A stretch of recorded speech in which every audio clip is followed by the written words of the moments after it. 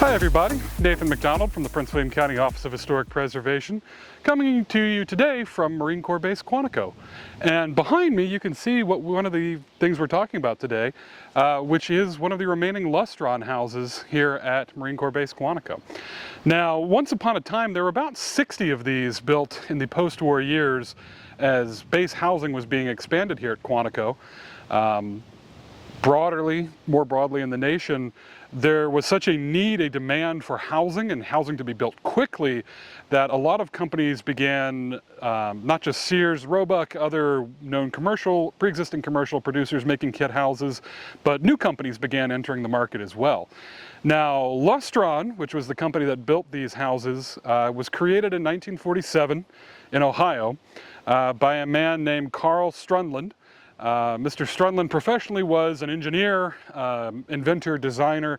He'd primarily worked in farm equipment. He'd worked for the Minneapolis Moline Company. He would later work for the Oliver Company. But Lustron was his first venture out on his own as the owner, the designer, creator of these houses. And the big reason that he was able to do this was the demand from people all across the country needing housing in major areas, but also the availability of factories and manufacturing after the war. And in his case, he was able to acquire a lease from the federal government to Air Force Plant 85 in Columbus, Ohio. It originally had been used by the Curtiss-Wright Company to assemble Helldiver bombers, but it was a massive factory with a lot of modern automation. And Mr. Strundland needed that because his process was almost entirely using steel. Now in this case, it's hard to see from a distance, but the steel paneling that assembles these houses is covered in enamel. So kind of if you've ever held an enamelware mug, something like that, it is a ceramic coating over the steel core panel. But it makes it very rigid, but it also removes a lot of the corrosion risk. The enamel is very tough, it doesn't chip very easily. And his system would then go around a steel framework of studs and panels and everything else. So the house is almost entirely steel, which is why he needed federal government approval. Because in 1947, the United States was still very heavily rationing steel. There was a lot of need for it, not just for wartime products anymore, but for civilian reconstruction, both at home and abroad. So initially, he had planned to use these and market them primarily for commercial purposes, for gas stations, for fast food restaurants, convenience stores, things like that. But a friend of his in the federal government said, basically, it's like, well, that's great. You're not really likely to get approval for that, but if you build houses, you'll get approval. So he did, they went ahead with it. He got a massive loan from the Reconstruction Finance Corporation, federal government corporation that was helping with rebuilding efforts in the US and abroad, and started building Lustron homes. Now ultimately they would build almost 2,500 of these kits. They would then be sent out to distributors who would then handle the assembly and the concrete slab pouring.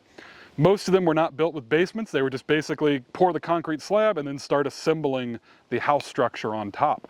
So every bit of this is pre-made, pre-cut, pre-ready for assemble, just bolt it together and set them up. And that's part of how they ended up here at Quantico. The Navy Department really needed to expand base housing here at Quantico. A lot of officers, a lot of men coming to serve here at Quantico were finding that their families were basically having to rent a room in a house in Triangle or Dumfries or Quantico or as far away as Manassas and in Fairfax, and they still were having trouble finding places to live. So this was hoped by the Navy. It would allow them to expand housing quickly. It would be able to be done fairly cheaply and also still provide a modern home. Because that was one of the other amenities of the Lustron house, is it came with wiring, with your appliances, with everything that a modern house would need in the late 1940s. However, we'll come back to that in a minute, why that wasn't so great in the end. But it allowed them to expand housing here very quickly, and Quantico would be the largest concentration of Lustron houses in the United States. Ultimately, they would be in about 46, I think, of 48 states at the time. Several towns throughout Virginia, Alexandria, for example, had Lustron homes built individually, bought by private families. But Quantico would have the biggest concentration of them.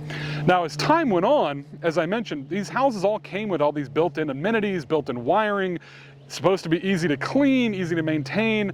But in the end, a lot of folks found that they could be kind of sterile. They're metal. It's hard to like put decorations up. It's hard to modify the house, expand it, rewire it if you want to, because of their kit construction and their very solid enameled steel construction. So ultimately, in the early 2000s, the Marine Corps had found that the houses no longer really fit their need.